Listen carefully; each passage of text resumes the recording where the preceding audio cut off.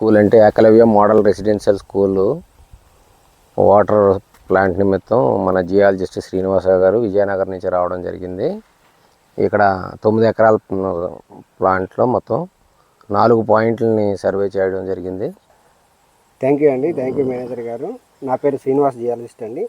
ఈరోజు విజయనగరం నుంచి ఒడిస్సా రాష్ట్రంలో గజపతి జిల్లా చెందినటువంటి పరిడి పంచాయతీలో ఏకలవ్య మోడల్ స్కూల్ శాంక్షన్ అవ్వడం జరిగిందండి. దాంట్లోని భాగంగా మెహర్ ఇన్ఫ్రాస్ట్రక్చర్ అనేటటువంటిది కాంట్రాక్ట్ రావడం జరిగింది. తదకు అనుగుణంగా మేము ఇక్కడ గ్రౌండ్ వాటర్ ఇన్వెస్టిగేషన్ బోర్వెల్స్ అవసరం అయ్యి సర్వేకి రావడం జరిగిందండి. ఓవరాల్గా సైట్కి వచ్చిన తర్వాత సర్వే చేసిన నిమిత్తంలో ఇక్కడ జియలాజికల్గా ఏరియా మొత్తం కూడా ఆండ్యులేటింగ్ ల్యాండ్ ఫామ్స్ అనేవి ఉండడం జరిగింది. దానికి కారణం ఏంటంటే ఓల్డ్ డేస్లో ఏంటంటే ground water plus rain water erosion వలన ఇక్కడ ఆండ్యులేషన్ ఏదైతే నాన్ రెసిస్టెంట్ మెటీరియల్ అంతా వెదర్ అయిపోయి రెసిస్టెంట్ మెటీరియల్ అన్నీ కూడా దిబ్బల్లాగా ఎత్తు పల్లాల్లాగా ల్యాండ్స్ అనేది ఉండడం జరిగిందండి ఇక్కడ యాక్చువల్గా.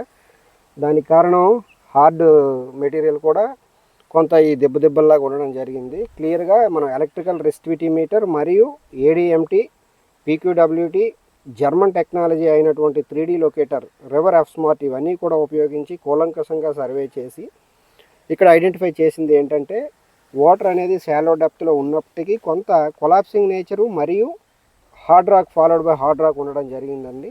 జాగ్రత్తగా సర్వే చేసి ఒక 4 పాయింట్స్ అనేవి ఐడెంటిఫై చేయడం జరిగిందండి. Thank you very much. Okay sir, thank you.